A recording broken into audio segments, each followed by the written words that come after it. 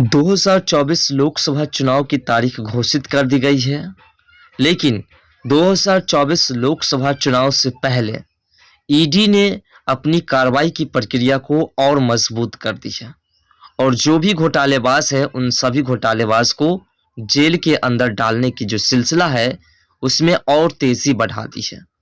इस बीच शराब घोटाला मामला में अरविंद केजरीवाल की मुश्किलें और बढ़ गई है।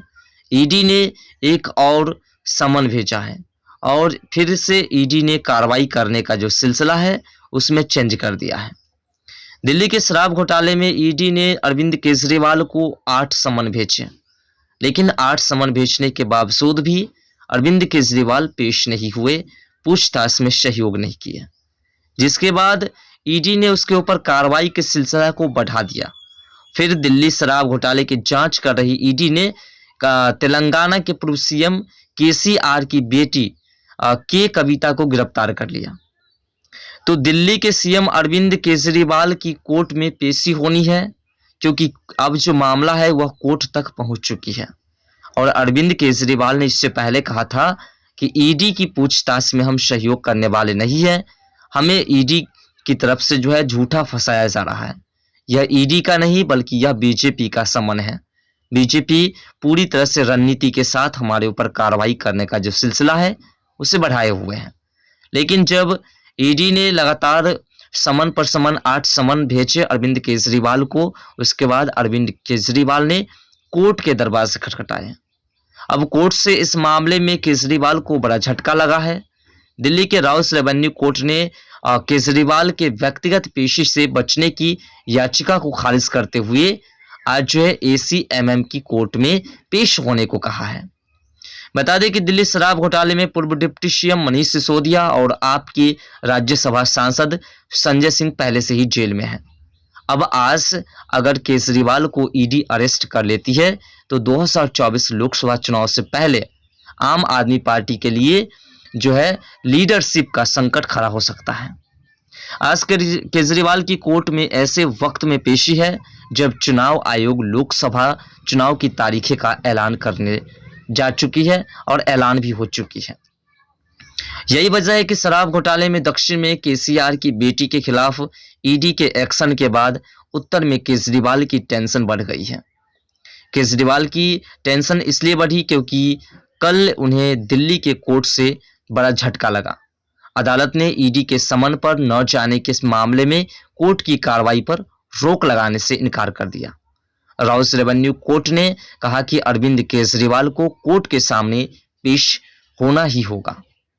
असल में शराब घोटाले में ईडी ने पूछताछ के लिए अरविंद केजरीवाल को 8 समन भेज चुकी है, लेकिन केजरीवाल एक बार भी पेश नहीं हुए। इसके बाद एनफोर्समेंट डायरेक्टर्स ने दिल्ली की एक अदालत में अरविंद केजरीवाल के खिलाफ पिटीशन देकर के कहा कि वो जांच में सहयोग नहीं कर रहे हैं। इस पर अदालत ने केजरीवाल को पेशी के लिए तलब किया था। इसी कानूनी कार्रवाई पर रोक लगाने के लिए केजरीवाल ने दिल्ली के राउस रेवेन्यू सेशंस कोर्ट में अर्जी दी थी, लेकिन अदालत ने केजरीवाल की अर्जी खारिज कर दी। अब केजरीवाल को आज दिल्ली के एडिशनल चीफ मेट्रोपॉलिटन मजिस्ट्रेट के सामने पेश होना होगा। आम आदमी पार्टी के नेता ईडी कार्रवाई को राजनीति से प्रेरित बता रहे हैं, लेकिन बीजेपी का कहना है कि शराब घोटाले में ईडी के पास सबूत हैं, तभी तो उनके नेताओं को कोर्ट से जमानत नहीं मिल रही है। बीजेपी का कहना है कि ईडी के समन की अनदेखी करने वाली केसीआर की बेटी गिरफ्तार हो चुकी है। अब अगला नंबर केजरीवाल का है। इंडिया अलायंस में आपकी सहयोगी कांग्रेस नेता राहुल गांधी ने सीधे सीधे केजरीवाल का नाम तो नहीं लिया, लेकिन कहा कि ईडी, सीबीआई जैसी एजेंसियां बीजेपी के लिए वसूली का टूल बन गई है। दिल्ली की कोर्ट से जहां अरविंद केजरीवाल को झटका लगा है, वहीं इस मामले में जेल में बंद मनीष सिसोदिया को राउस रेवेन्यू कोर्ट से थोड़ी सी राहत मिली है।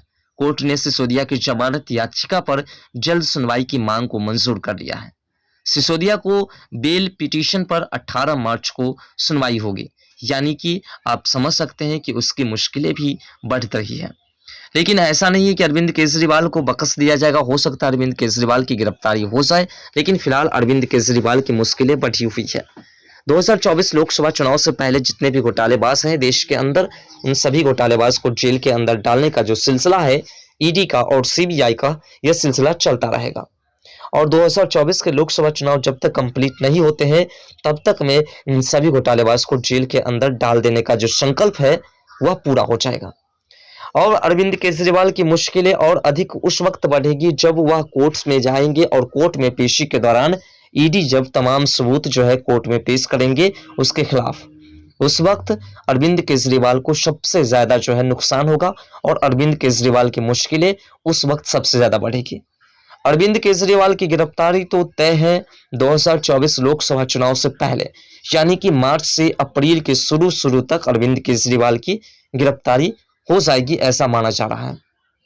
ईडी की ओर से जो एक्शन की सिलसिला चल रही है उसमें कोई किसी प्रकार की कोई रुकावट नहीं डाल सकती है। और जैसा कि कहा जा रहा है, विपक्षी पार्टी द्वारा कहा जा रहा है कि बीजेपी का यह एजेंडा है, तो बीजेपी का एजेंडा नहीं बल्कि बीजेपी वो करवा रहे हैं जो देश के तमाम जनता के लिए, जनता के हित के लिए यूजफुल है, उपयोगी है। फिलहाल अरविंद केजरीवाल की गिरफ्तारी के बारे में आपका क्या विचार है? क्या उन्हें गिरफ्तार करना जरूरी है या नहीं, और ऐसे घोटालेबाज को छोड़ देना चाहिए या फिर उसे जेल के अंदर डालना ही जरूरी होता है? अपना राय कमेंट सेक्शन में जरूर दीजिएगा।